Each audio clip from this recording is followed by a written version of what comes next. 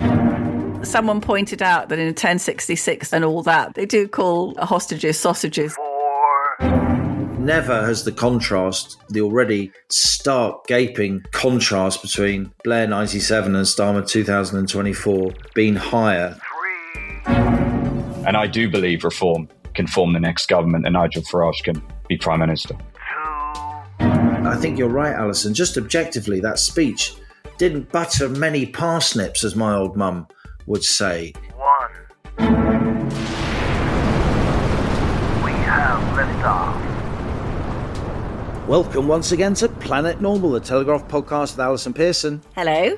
And me, Liam Halligan, your back co-pilot from a harrowing trip to Israel as we approach the first anniversary of the 7th of October 2023, when Hamas launched a huge multi-pronged attack on southern Israel, firing some 5,000 missiles from Gaza. Almost a year on, the confirmed death toll of that attack, including hostages killed in captivity, is 1,205. Having hit back in Gaza, Israel is now involved in its most significant military engagement since the 1973 Yom Kippur War, and amidst bombardment of Hezbollah positions in Lebanon and Hezbollah firing on Tel Aviv, we could see an all-out war between Israel and the Iranian-backed militant group. As his approval ratings tumble, Keir Starmer meanwhile addressed his first Labour conference as Prime Minister. Starmer delivered a speech heavy on corporate technobabble and light on policy, with ongoing rows over Freebie Gate and the scrapping of the winter fuel allowance for millions of pensioners. This didn't feel like a celebration for Labour, unlike the earlier Reform conference, which was actually more like a rally. Nigel Farage addressed the party faithful, arguing, not entirely tongue-in-cheek, that Reform needs to act more like the Lib Dems. We welcome Tory leadership candidate Tom Tugendhat onto the Rockets in your absence, Allison. I'm keen to hear your thoughts on his extended interview. But before we talk about the UK, let's talk about the Middle East. You'll be writing extensively in the Telegraph closer to the 7th of October anniversary, including lots of on-the-ground reporting. But give us some early thoughts. Just to say that in my report from Israel, there are some pretty graphic and distressing things. So please be aware before you listen. As you say, it was an extraordinary few days in Israel. I went there, really wanted to take the temperature of the country as much as I could before the big anniversary, which is coming up. Obviously, I went to Kibbutz Kfar Azar, which is you can see Gaza just on the brow of a hill. And that kibbutz was where 66 of the men, women and children were murdered on that morning. And particularly, Liam, in the youth quarter of the kibbutz. I didn't know kibbutzes had a youth quarter. And this little area is where the over-18s go to live and get away from their parents and play loud music and smoke joints. And all of those young people on the kibbutz were murdered. And I saw their flats, which were blown apart by grenades and RPGs. And 3 of the kids, including twin boys who are 26, they're now in Gaza as hostages, having been in tunnels for 355 days. And talking about twin boys, I interviewed a couple who lived on the kibbutz, and they're adopting her sister's twin boys, Guy and Roy. They were 10 months on the morning of the 7th of October, and their mum left the safe room to get them bottles of milk, and she was shot through the head. And then the terrorists came into their little bungalow, very humble, small home, and they shot their dad through the door, and he died. And they left the babies, Liam. Why did they not kill the twins? Well, I was told by various people that they didn't murder the boys because they would cry for 14 hours and act as bait for the IDF to go in and rescue them. So that was quite something. Also went to the site of the Nova Festival, where 366 mainly young festival goers were massacred. Many were raped, and this was not just Jews. This was Hindus, Muslims, Thai people. It was a killing field a killing field. Absolutely astonishing. And some of those young people are hostages as well. I also went to more near the north of the country to a hotel, which I have called the Heartbreak Hotel in the piece I'm writing, because all of the survivors from the kibbutz I visited are there. And everybody you meet, Liam, is either widowed. There are 440 orphaned children from the 7th of October. So it's a nuanced picture. I met young IDF people. The country is divided. It's not this straightforward, Israel presented as this just uncomplicated aggressor. Lots of the younger people I spoke to were questioning the government. And one fact I found, which I thought was very interesting for listeners, is that there will be the major official commemoration of 7th of October coming up in a couple of weekends' time. Now, I was told, Liam, that it's going to be pre-recorded. Quite astonishing for a major national event. Wow. And of course, that's on safety grounds. No, not on safety grounds, really, because the government doesn't want hecklers and protesters. Right. And a lot of the hostage families are extremely angry with Netanyahu because, as we know, there are lots of doubts about the way the war has been conducted and plenty of suspicions that Netanyahu is spinning out the war in Gaza to save his own sorry backside rather than to actually save the hostages. Just one thing, I was thinking about all the things I saw, and they told me in no uncertain terms, the many people I spoke to, wasn't all gloom, because some of them are the strongest, most resilient, most inspiring people I've met. And whatever you think about Israel, Liam, it's got some extraordinary people because they are in an existential struggle. There's none of this nonsense that a lot of our young people get caught up in, because literally they are fighting for their survival. But I think the thing that will always stay with me was talking to an incredible woman, American woman, called Shari Mendes, who moved to have her family in Jerusalem. Now, Shari is an architect, but she was one of the women volunteers who formed a group that in the event of mass female casualties, they would go and tend to the bodies of the women, because in the Jewish tradition, men deal with the bodies of the men and women deal with the bodies of the women. Shari got the alert on the morning of the 7th of October. She drove to meet her volunteer team. They went into an army base, and she says there were body bags lining the corridors up to the ceiling. And there then began an absolutely astonishing and horrific few days. There were forensic scientists trying to identify the bodies of the women. And Shari and the team were there to be tender, to be witnesses, to try and show some of the decency and respect and love towards the murdered women that, of course, they had not known in their dying moments. And I don't know how much to tell Planet Normal listeners, Liam, but the bodies were mutilated. Shari saw a body of a young woman where both the legs had been chopped off. She was trying to reclaim jewellery from the bodies so that the women could wash the jewellery to give back to the parents. And she says in some cases there were a nose ring on a face. There was no face. There was a nose and a ring. She had to get the ring out of the nose and the face where there was no face. Vaginas were shot. Breasts were shot. Most of the faces had been obliterated by gunfire after the women had been murdered. And there is one image I will never forget all my life, was in this grey room where the corpse was laid of a young woman on a grey slab in a grey room with a grey floor, and the body's no longer the colour of a human being, it's grey-green. And Shari said in that dark grey room there was a colour, and the colour was the Barbie pink nail varnish on the body with little tiny flowers and hearts stuck on it, because the young woman had obviously had a beautiful manicure to go to the festival. And finally, Liam, I asked Shari Mendes how many of the young women whose bodies you wrapped in white shrouds and tried to put as many pieces of the bodies into the shroud, because that's the Jewish tradition, bits of brain, bits of membrane, bits of bone. How many of the bodies of the young women could you show were in a fit state to show to the parents? None. Not one body could be shown of the daughters to the parents. So if anyone wonders why Israel reacted as it did, there we are. What would we do if British daughters and sisters and wives and mums were treated like that? Sorry, that's a bit of a heavy opening, isn't it?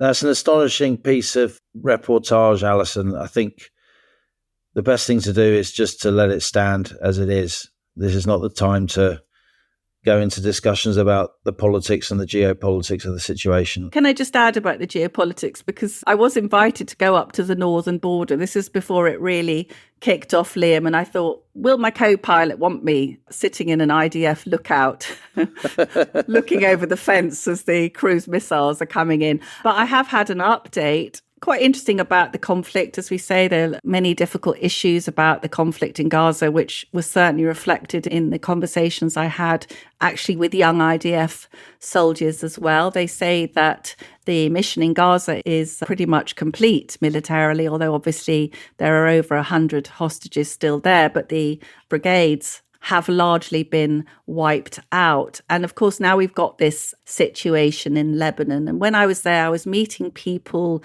Since the 8th of October, Hezbollah has been shelling Israel every day. They have claimed they've sent 9,000 rockets at least over the border. And there's a huge strip of northern Israel which has had to be evacuated, and 80,000 people are displaced. So this is, again, there's a reason for this attack. And I've just been in touch, just to bring us up to date, with someone who's there on the border.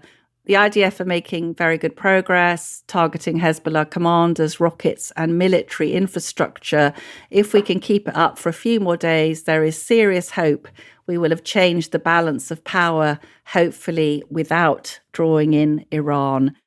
I think it's an incredibly complex situation. As I said at the opening, this is already the biggest military situation since 1973, and it could escalate again with Iranian-backed Hezbollah and Israel now literally exchanging missile attacks.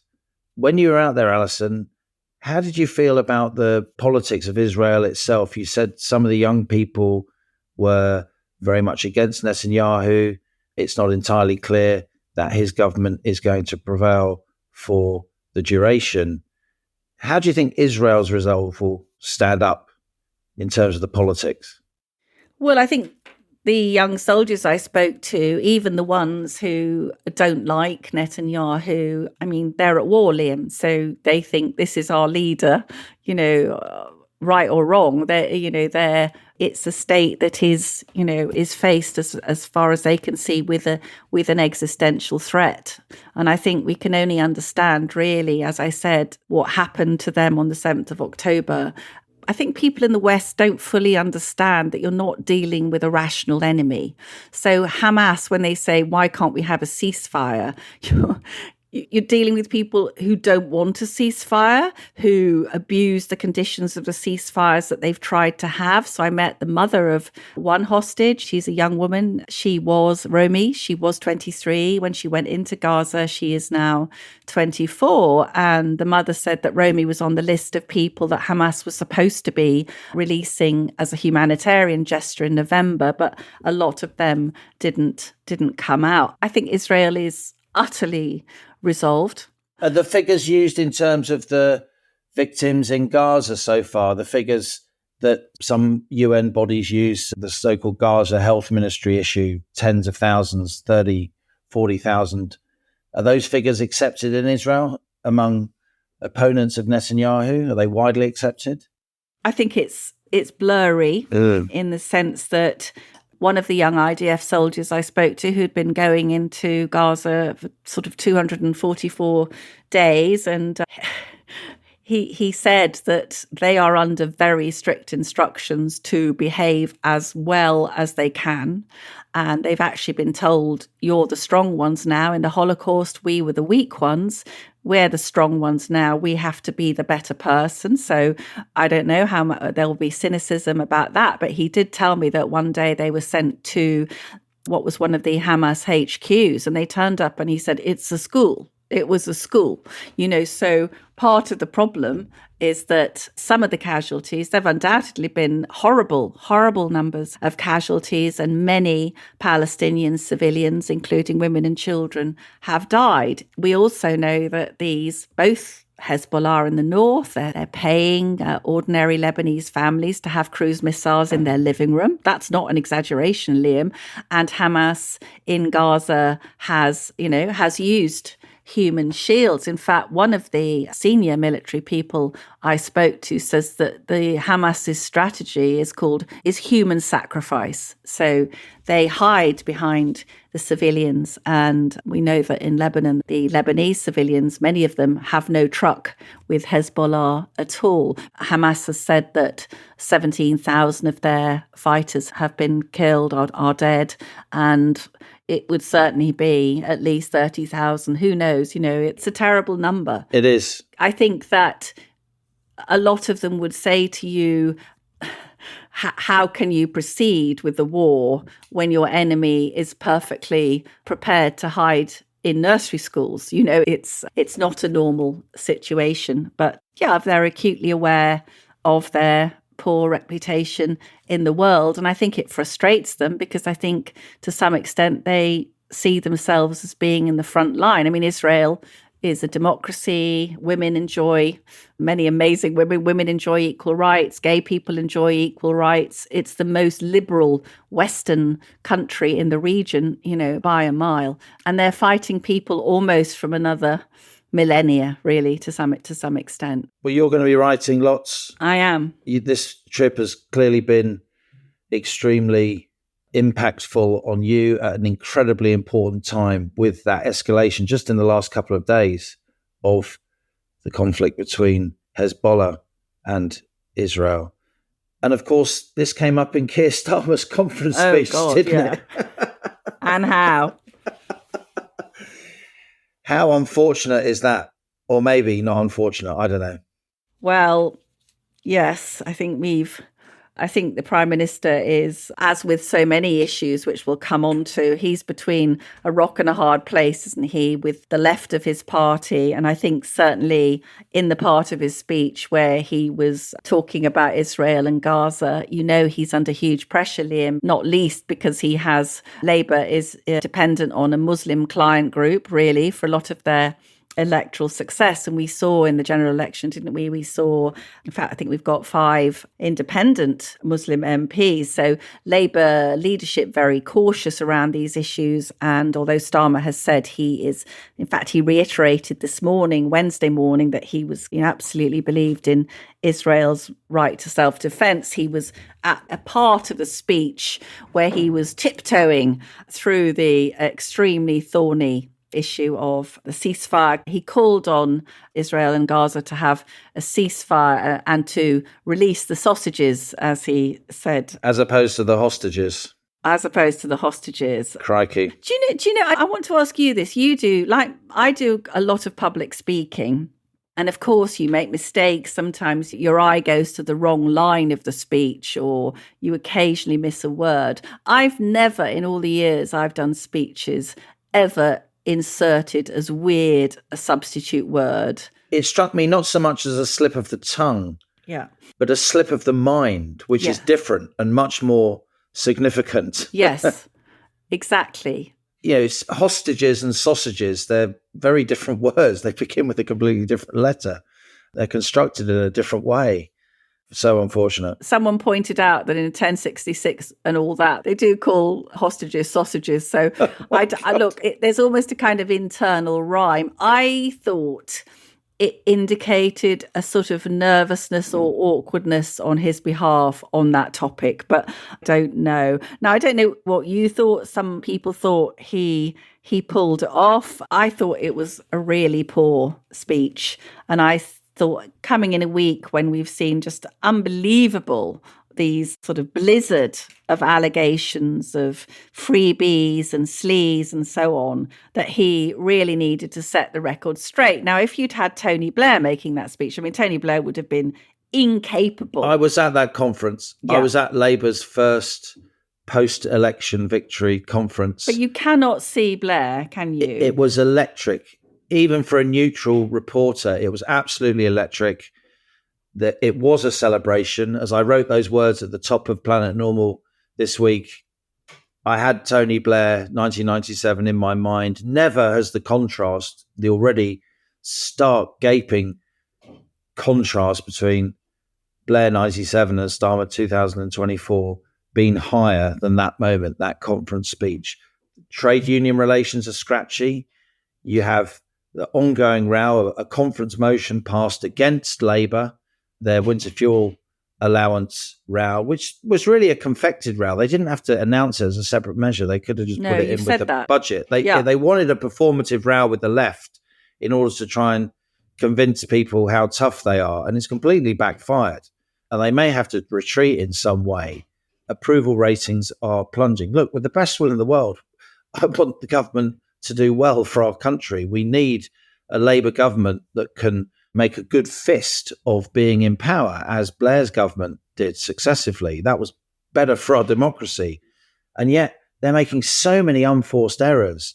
And I think you're right, Allison. Just objectively, that speech didn't butter many parsnips, as my old mum would say. It didn't really set the room alight. And he needed to do that, given that poll ratings are down and he's been accused of talking down the economy. And that just didn't happen.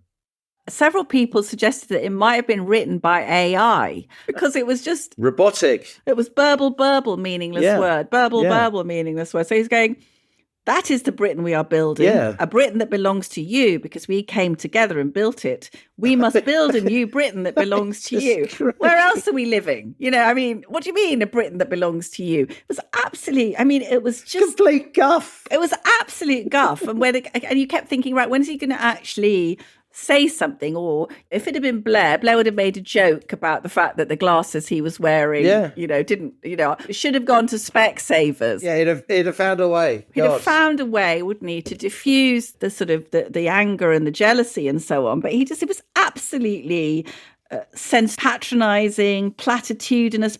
He's such a prig, Starmer, isn't he? No, he is. Come on.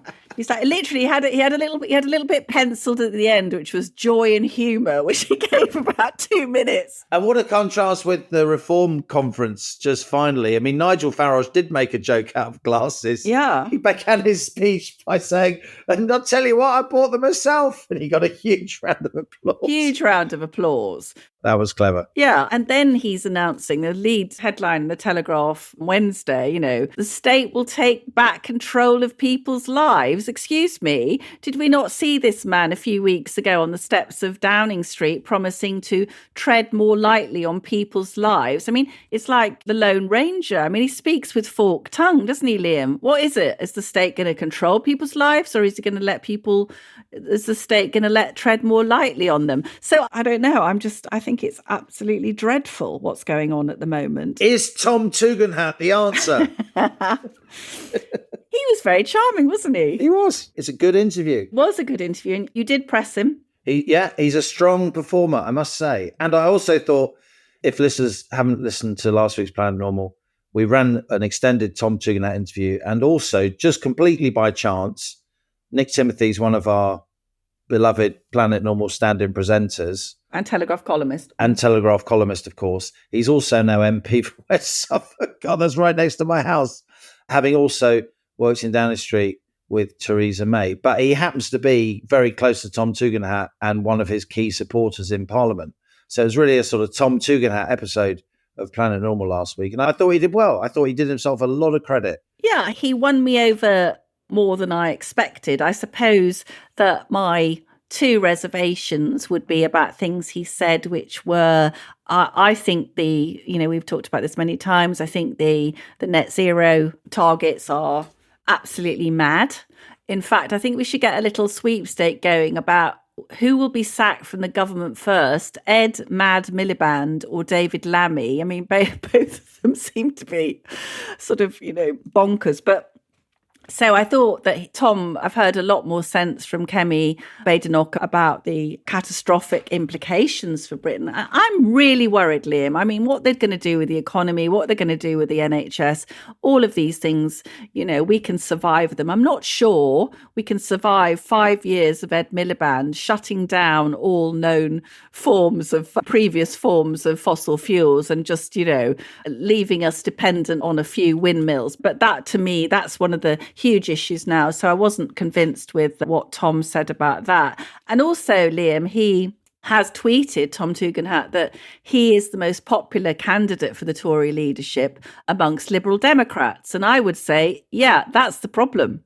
Because the Conservative Party does not need to win over the Liberal Democrats, because as we know, the great hemorrhaging of votes was, you know, they hemorrhaged millions of votes to Reform, and another 2 or 3 million more Conservative voters absolutely refused to vote at all. So I still think that he denied to you, didn't he? He said he wasn't particularly One Nation, but I still think the general vibe is not going to cut the mustard.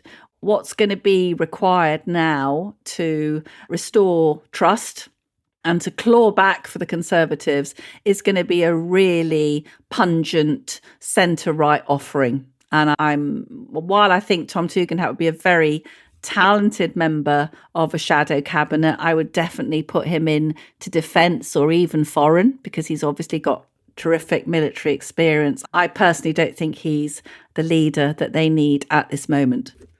So when it comes to the Pearson Tory leadership endorsement, it appears that Tom Tugendhat ain't going to get it. No. And the jury is still out.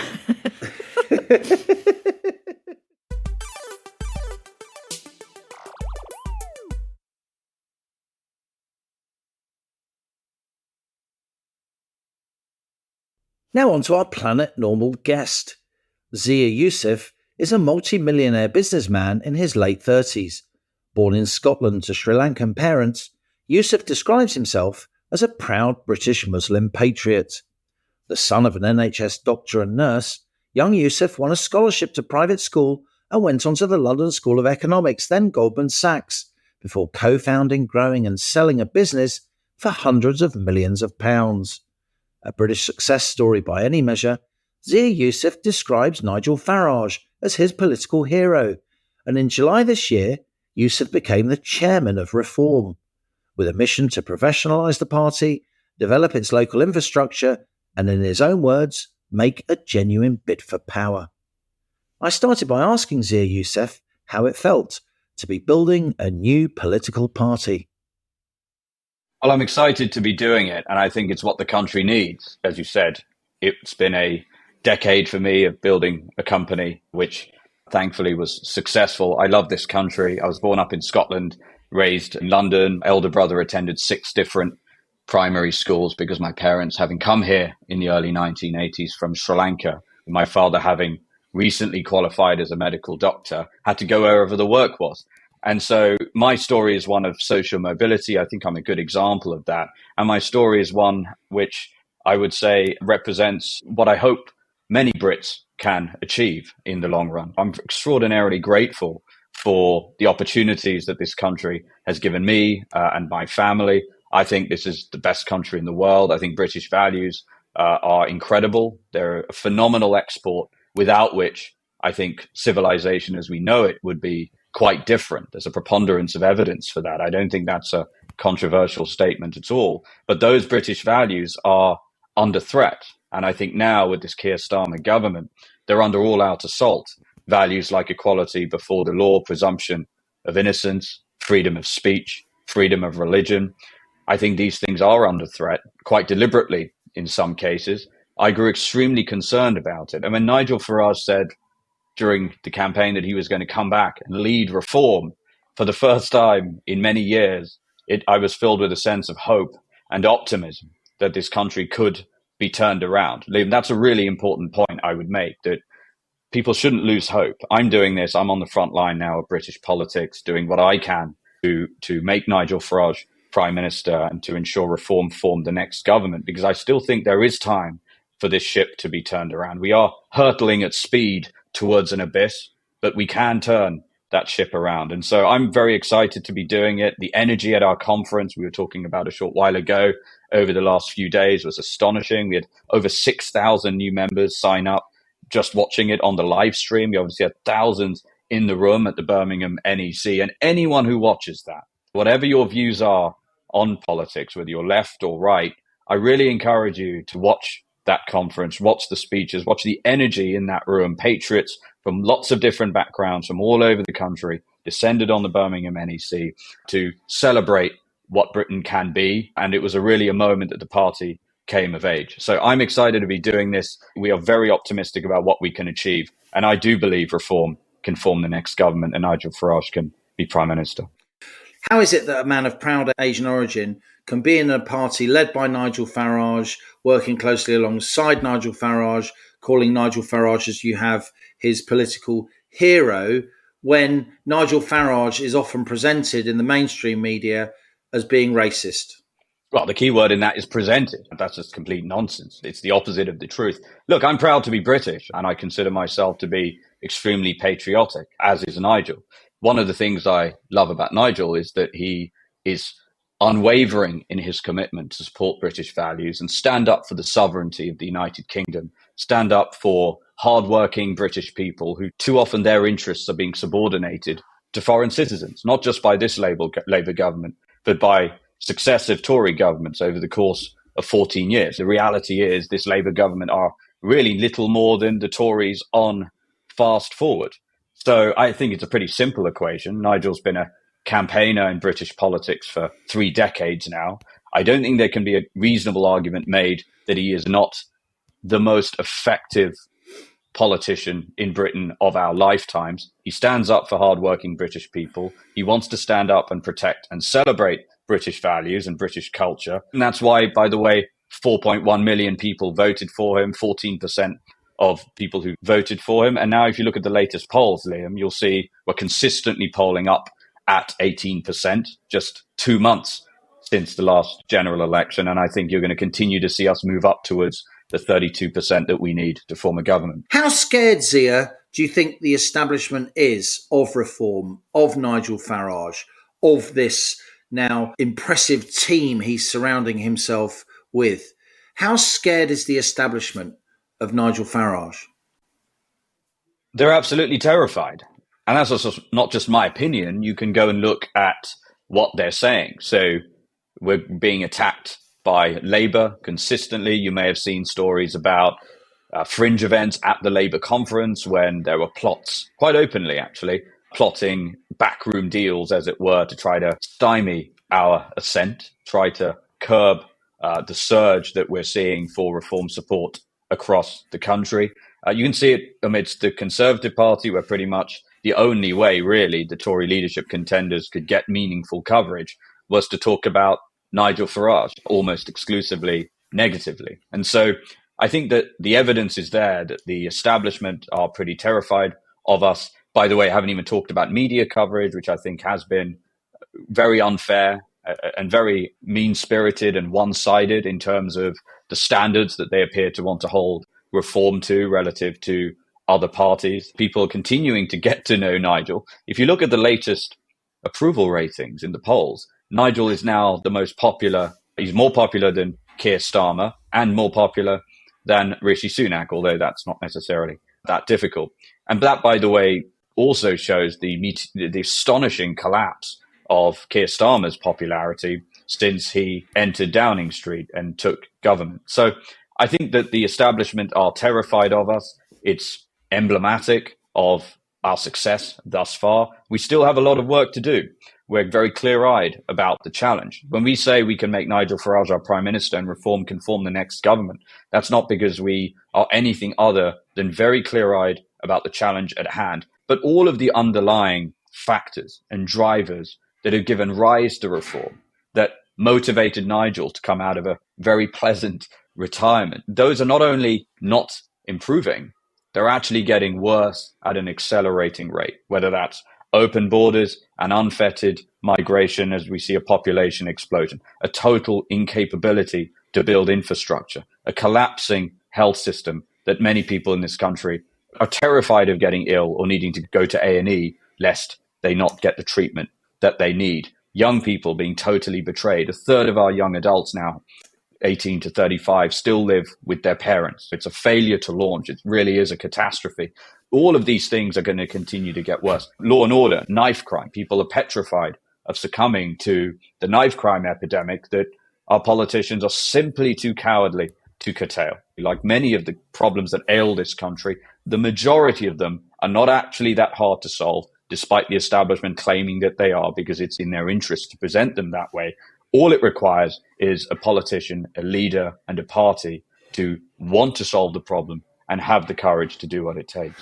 Reform needs to professionalise, Zia. I know that's very much your watchword, and indeed Nigel Farage's and Richard Tice's watchword too. Tell us about your plans for professionalising. Tell us about your plans for setting up branch associations, mimicking the Lib Dems, as Nigel Farage said at party conference, not necessarily incongruously, given their ability to fight effectively at the local level, to really focus their attention on certain seats so they get the maximum outcome in terms of parliamentary representation, in terms of votes cast. What are your plans, Zia, and the party's plans for professionalising? By the time of the next general election, we will go from having essentially no ground campaign, as we had a couple of months ago, to the most formidable ground campaign in the country. That is our plan over the next 4 to 5 years. Now, it's going to be a journey. Nigel was complimentary about the Lib Dems, not for their policies, which are awful and atrocious, but that doesn't mean we can't be quite impressed by how organised they are locally and how brilliantly, actually, they strategize, and they're incredibly disciplined and focused. And Liam, what that meant was, under the first past the post system, as unfair clearly as it is to parties like us, it's designed really to keep the two, Labour and the Tories, who essentially have in many cases the same policies, in power. That is the game at hand. That is the system and the game that we need to win under. And if you look at what the Lib Dems achieved, they achieved 14 times more seats than Reform in the House of Commons, despite winning 500,000 fewer votes. And the reason for that is what the first past the post system does is penalise you as a voter if you happen to live further away from other people who have the same political views as you. Now, again, is what it is. That is the game that we have to play. A big part of making sure that we not just perform in line with our vote share in terms of seats, but outperform our vote share, which is what the Lib Dems are able to achieve, is a local ground campaign. We only had a get out the vote ground campaign in 4 of the 5 seats that we won. We didn't even have them in James McMurdoch's seat when he won. He was a brilliant MP, but he was largely a paper candidate. So if we look at what we can achieve, if we can build that infrastructure, what that allows us to do is make sure that people are knocking on doors, people are delivering leaflets, people are getting out our support on election day very precisely and very effectively. What that means is we can turn this incredible enthusiasm and support that we have, and I think we have more enthusiasm and support than any other party, as proven by our continued surge in membership numbers, while other party memberships decline. As that demonstrates, we have huge enthusiasm. What we need to do now is build the infrastructure and systems to convert that enthusiasm into wins at the ballot box. And that's what professionalising the party means. What are your thoughts, Zia, when you look on at the Tory leadership contest? Incredibly bored, really. Don't have that many thoughts because it's incredibly boring. The Tory brand is so battered, so harmed by the promises that they made, manifesto after manifesto, that they then completely betrayed. The Tories promised manifesto after manifesto to reduce net migration to this country down to the tens of thousands. They did it time and time again under different leaders. And each and every time, Liam, not only did they not deliver that, it's not like they trended in that direction and didn't quite get there. No, they did precisely the opposite. And that betrayal is one. When we talk to voters across the country, people are not going to forget that anytime soon. I think that the brand is so harmed that it really doesn't matter who the leader is. People simply are not going to go back to the Tories because they're so disillusioned by such a betrayal. When I speak to voters, I've heard words, not just the betrayal word, but often I hear the word treasonous because it was such an important thing. The long-lasting effects of the explosion in population size. Not only did they not get close to the tens of thousands, they left office with the net migration number at 750,000. And this has real consequences for quality of life of people in Britain of all backgrounds. Over the last 3 years, around about 1.8 million net new people arrived in the country, Liam. We built around, let's just take housing as an example. It's just one area where people's lives are being severely impacted negatively by this. We built around 600 odd thousand new homes, and that was some going for us. That's as good as we've done as a country in about 40 years in a 3-year period. So that was some going. And despite that effort to build new homes, we still only built 1/3 as many new homes as we need to satiate the demand of just the net new people arriving here legally, let alone having a surplus, which anyone who understands, you don't need to be a Nobel laureate in economics to understand supply and demand. Already housing is completely unaffordable. Young people many of them can't even afford to rent a home, where buying now is a complete pipe dream for young people. So we have a massive deficit in terms of homes being built. By the way, the entire conversation in the Westminster bubble, in the Westminster elite, is always just about the supply side. We need to build more homes. We need more hospital beds. Yes, we do need new homes. But if you're letting in 3 times as many new people every year as you are building new homes, to not address the demand side of that equation in that challenge is like spraying a super soaker at a forest fire. It doesn't come close to solving the problem. So I don't really think the Tory leadership candidates are particularly interesting. And as I said, the reality is the Tory party brand is so damaged, it doesn't really matter who ends up being their leader. Now, I grew up, Zia, in the London Borough of Brent in northwest London in the 70s and 80s. It was then and is still almost Britain's most ethnically diverse borough. I grew up with lots of Asian families, first and second generation immigrants, Hindu, Muslim, of other faiths as well. So I know the answers to this question, but I'd like to hear you say it. Tell us about how Britain's Asian community in the round thinks and feels about illegal migration, how they think and feel about the fact that they've come to this country and in many cases made good. Why is it that illegal migration and mass migration gets their backs up so much? So the first thing I would say is I'm skeptical about the notion that there is this great community in that sense. One of the great things about English common law and British values and British principles is the primacy of the individual. There will be a great plurality of political views. I think the idea that one can predict somebody's political views or views on life and public policy based on the color of their skin or their religion, I think is incorrect. And half the reason, by the way, this country is in the mess that it's in. But I understand what you're asking there. When I speak to people, even since I came into frontline politics, Liam, many people from or second generation migrants or first generation migrants have said to me that they really appreciate that Reform are speaking out to say how deeply unfair the fact that people can come here across the channel in a small boat and move to the front of the queue. Yeah. A sense of fair play is one of those British values. One of the issues we have in Westminster, both amongst the Tories and the Labour Party, is it's evident amongst these politicians, many of whom, by the way, have never run organisations and therefore had to put their views of how the world works to test. One of the biggest problems is that they don't understand second and third order effects. They don't understand incentives. So why on earth would somebody form an orderly queue and go through the process and apply for whatever it is, for a visa or for asylum, put their case forward, wait for the result, pay their fees, sign all of the forms, go through all of the checks, which can be a very drawn out process. Why would you do that if you can jump onto a dinghy and essentially be escorted here by a complimentary ferry service by our border force? And I'm sorry, that is exactly what it is. It is outrageous. And by the way, it's not only migrants who feel this way, it's British people in general. Of course. It's young people. The number of young people I talk to, many of whom are from deprived backgrounds, who don't have, especially if I'm talking to the number of white working class young people I speak to, who are frankly utterly appalled that there's no diversity programs to help them out, by the way. There's no one speaking up for them other than really Nigel and our MPs to say, look, What we need to do is judge people on merit.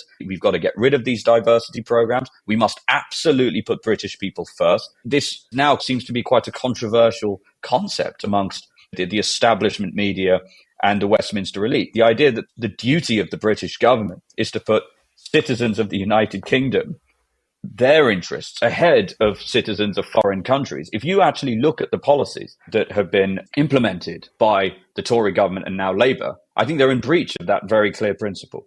Tell us, Zia, why you think Nigel Farage can be the next Prime Minister.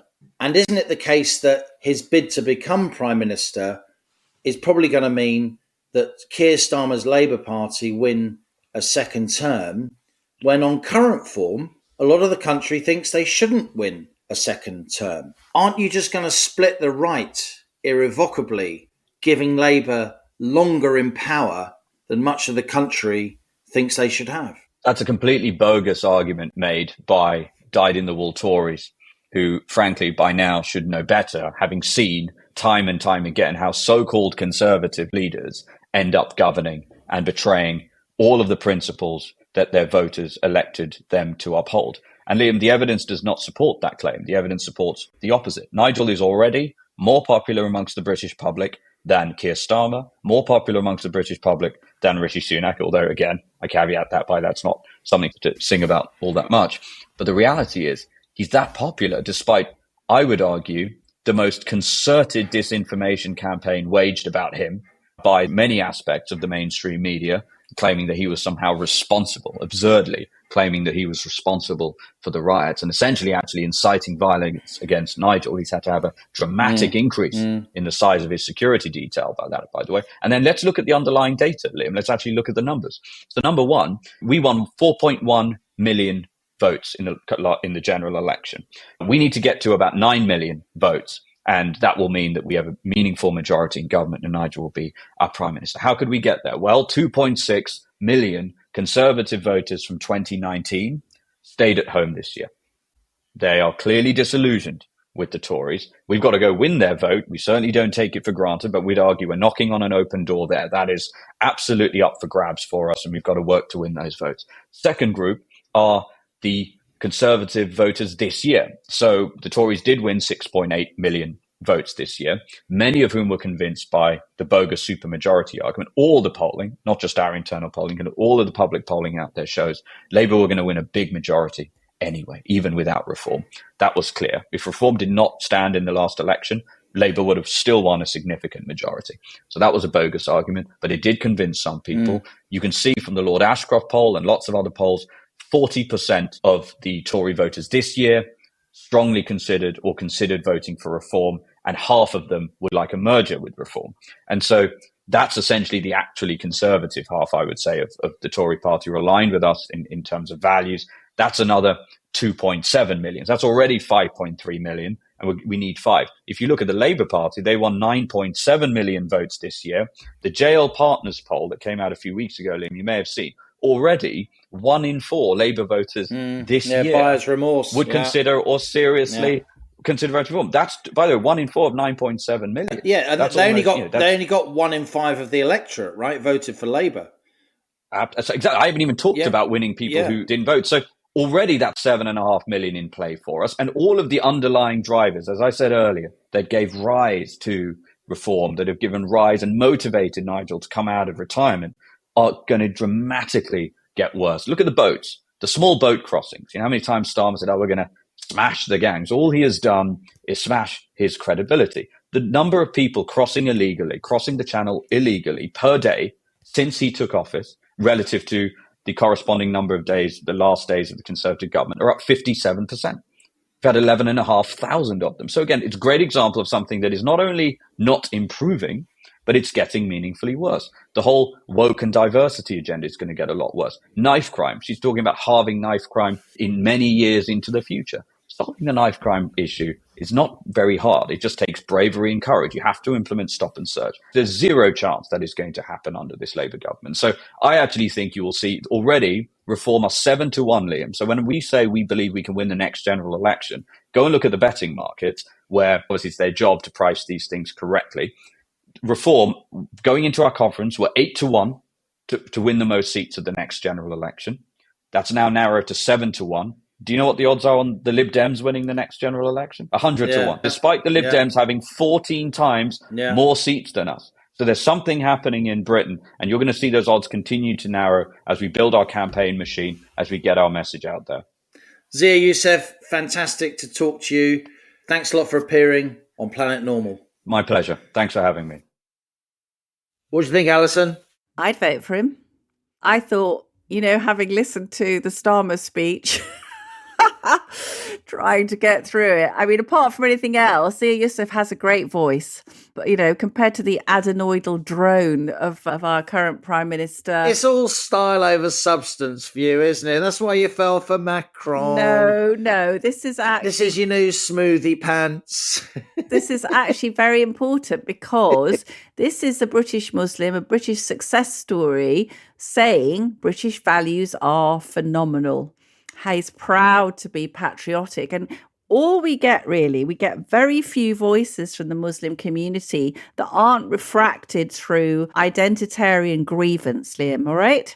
So for me, it's incredibly refreshing to hear someone who's a huge success in this country from his background and actually has a very positive vision for the country. And that is exactly the kind of tone which Starmer should have adopted. Now, the one criticism I would have is I thought he was a bit complacent about the Tory leadership candidate saying the Tory brand is so battered, it's no longer consequential. I think that's a bit complacent. I think the Conservatives could still be renewed significantly by a new leader, and that Reform, can't rest on their laurels too much. But for me, as a centre-right voter, I want to see now these people getting together and not allowing another term of a government which is shaping up to be clueless and disastrous. I agree, Allison. He is impressive. And for me, the most incredible thing, and I've checked it, he's right, of course, is that Reform are 7-1 to form the next majority government. Just incredible. Absolutely and the Lib amazing. Dems are 100-1, even though the Lib Dems have got 14 times more parliamentary seats. And the reason is because the folk that make up the odds for the betting companies are seriously well informed. And also odds emerge because of the weight of money in the market, odds can also emerge in that way.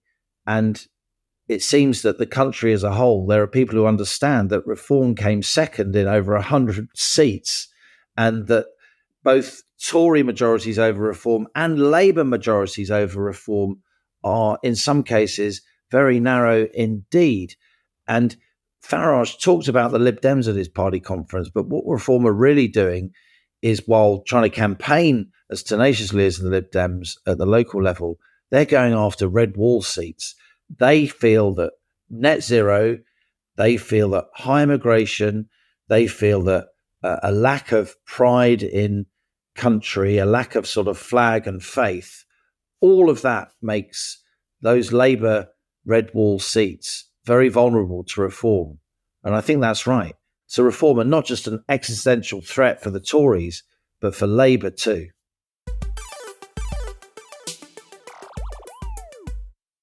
Now on to our listener emails. Your messages sent to planetnormal@telegraph.co.uk. Please keep them coming. We learn so much from you, the citizens of Planet Normal. And this is Colin on Keir Starmer's speech. It's what George Orwell described in 1984 as duck speak, says Colin. The ability to make speaking sounds while saying nothing meaningful at all. Sorry, let me say that again. The ability to make speaking sounds while saying nothing meaningful at all, like the quacking of a duck, only occasionally uttering a recognisable word. Starmer is Starmer is a leading proponent of duck speak. Quack, quack, mission, quack, quack, unpopular choices, quack, quack, prisons, quack. Very well spotted, Colin. And Kerry says, morning, Allison and Liam. Many thanks for your amazing podcast. Keeps me informed and sane-ish during some rather bizarre times. I have been amused, horrified, says Kerry, by Starmer demanding freedom for sausages. At least he isn't banning them yet. But I was gobsmacked when I saw the interview where he defends taking a free residence from his buddy Lord Ali because his son was doing his GCSE exams and his daughter didn't like the press outside their house. He says he made a promise to the children. Give me strength. How about all of the children or people who have to travel long distances on public transport next to others who carry knives, drugs, or are unpleasant and lawless to take their exams or go to work? No superhero Lord Ali mucking in there. I thought Starmer was a man of the people. What an idiot. My elderly parents, who won't be getting their winter fuel allowance, are keen to ask Lord Ali what availability he has in his property empire over the coming winter months. Also, why didn't Starmer go to an animal rescue and get his cat? I believe he bought a pedigree cat. Another broken promise. He apparently told his kids if they got into number 10, they would get a dog. Lies, lies, and cock-up, says Kerry. And some of us who have imported a mongrel cat from the near Middle East at a very How much? How much? How much? A 5-digit moggy. Look, in an amazing segue, Yes. I have to say this without trivializing the situation. When I think of controversies about sausages, I think of the dog on That's Life that used to Yes. say, sausages. Yes. Prince the dog. And it turned out to be a fake. It No. turned out to be a porky. Oh, Absolutely. no. Absolutely. It turned out to be a fake. Yeah, you and I, we remember That's Life on the telly in the 70s and 80s. There's only so much disillusion a person can take. And Prince the dog came on and became a national hit because Prince would say, "Oh, well, there's a little terrier of some kind." But it turned out, and Esther Ransom admitted this. Oh, well, I think it was earlier this year. She admitted that actually the owner of the dog would sort of slightly put pressure on Prince's throat and the dog would growl. And by releasing the pressure, it would sound like sausages. So in a brilliant headline, sausages was a bit of a porky. But let's move on. Because Bob the Bard has struck again. Yeah. Dear Planet Normal, it's a time of tension in number 10 as the recent arrival comes face to face with a very senior civil servant. I therefore hope that Prince, what a segue, the PM's new kitten, can hold his own against Larry Chief Mouser to the Cabinet Office. Thanks again for Planet Normal, says Bob the Bard, the podcast that's not afraid to put the cat among the pigeons. That's a good strapline, actually. And this is from Bob, Larry the Cat's advice to Prince, of course, the incoming new kitten. Come and sit down in my office, Prince. Now I think I should make it clear that I'm number 10's Chief Mouser, while you're just a friend of Keir's. I've served 6 prime ministers, and I command respect in this house, so I'm expecting you to pull your weight by catching the occasional mouse. You'll have additional duties like attending VIP greetings, keeping the photographers entertained, and guarding cabinet meetings. Now, there's a Treasury cat called Gladstone, who I think is a little weird. Make sure that he doesn't get inside because he's not security cleared. You must be on your best behaviour while you're living in Downing Street. Follow the rules like the PM does and don't beg for presents or treats. Prince, I hope I can trust you to not do anything wrong. Just remember, I'm in charge of this place, and then I'm sure that we'll get along. Fantastic. Brilliant, of Bob. course, because the background to that is the emerging rift between Sue Gray and various top cabinet office bods as Downing Street stumbles during these early months of government. Well, the Planet Normal inbox, it's like Westminster Abbey's Poets' Corner this week. This email is titled, Another Limerick from Steve. We can't keep them down, Liam. I have tried to resist, says Steve, but the urge is too strong. This government is the gift that keeps on giving. I'm going to try and read this. It's quite hard to read limerick. I have to take a run up. Go on then. There was a PM called Keir Starmer whose speeches were writ to alarm you. It's failing where broke. He's preparing us folk, so all future decisions seem calmer. He stopped oil and gas, he's a hero. With renewables, there's nothing to fear so. But to follow young Millie makes him silly Billy, while our sitting rooms plummet to zero. Sorry. Right, here we go. He solved wage disputes at a stroke. And this he's achieved, though we're broke. His penchant for spending appears now unending, but I'm worried inflation he'll stoke. I don't mind if he's gifted a suit or an Arsenal freebie to boot. Woo. With grey squirrels on trains, I'll forgive him his gains as long as his nuts can bear fruit. What? I don't know. I do hope that the UK produce enough fuel for your rocket of right thinking, says Steve. Have you begun stockpiling yet? Well, we're going to have to start putting some aside. Allison's living largely off-grid these days. Yeah. Brilliant limerick there from Steve. And this is from Michael. Dear Planet Normal, the podcast with Nick Timothy and Tom Tugendhat was excellent, despite the absence of an esteemed co-pilot. Who could that be? With hindsight, Liam, do you think you should have pushed Tom Tugendhat harder on his proposed migration cap of 100,000? You could have asked him if he feels the Conservatives need to apologise for their failure to implement Cameron's promise of migration in the tens of thousands. No, we were in coalition. Excuses, please. Tugendhat looks a bit like Cameron Mark II to me. Doubt he could do better than Cameron's 2015 majority of 15. Also, apart from Robert Jenrick, the candidates are saying, we will get out of the ECHR if we need to. But why do they want to stay in anyway? What good does the ECHR do for the UK? You have to be terminally naive to think that a foreign administration so minded would think twice about breaching or leaving the ECHR just because the UK remains a signatory.